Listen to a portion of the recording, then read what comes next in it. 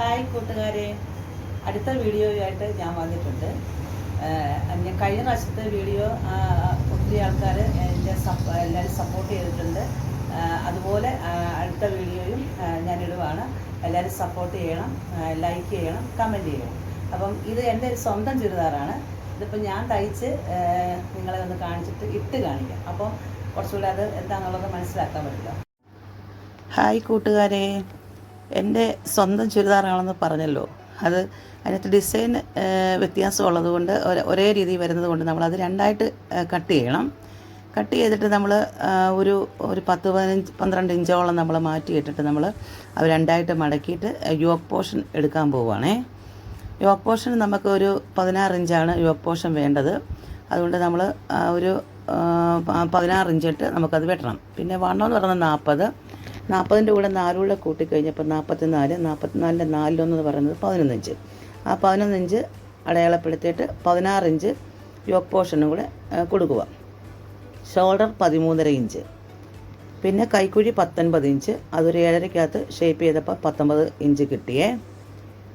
പിന്നെ നമ്മുടെ ഷേപ്പിൻ്റെ ഇടം 36 ഇഞ്ച് ഇടവണ്ണം എന്ന് പറയും.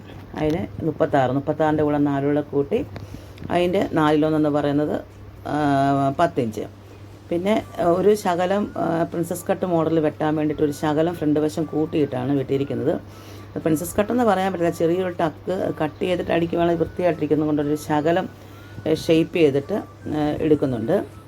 അത് 4 ഇഞ്ച് ടക്കിൻ്റെ അകലവും 10 ഇഞ്ച് ടക്കിൻ്റെ താഴ്ചയും കൊടുത്തിട്ട് ഒരു ചെറിയൊരു ഷേപ്പിൽ, ഒത്തിരിയില്ല, ചെറിയൊരു ഷേപ്പിൽ മാത്രം അത് കട്ട് ചെയ്ത് എടുക്കുന്നുണ്ട്. നമുക്ക് തയ്ക്കാൻ ചുമ്മാ ഒന്ന് അടിച്ചു കഴിഞ്ഞാൽ ബോറാവുമല്ലോ എന്ന് വിചാരിച്ച് ചെറുതായിട്ടൊന്ന് ഷേപ്പ് ചെയ്ത് എടുക്കുന്നുണ്ട്.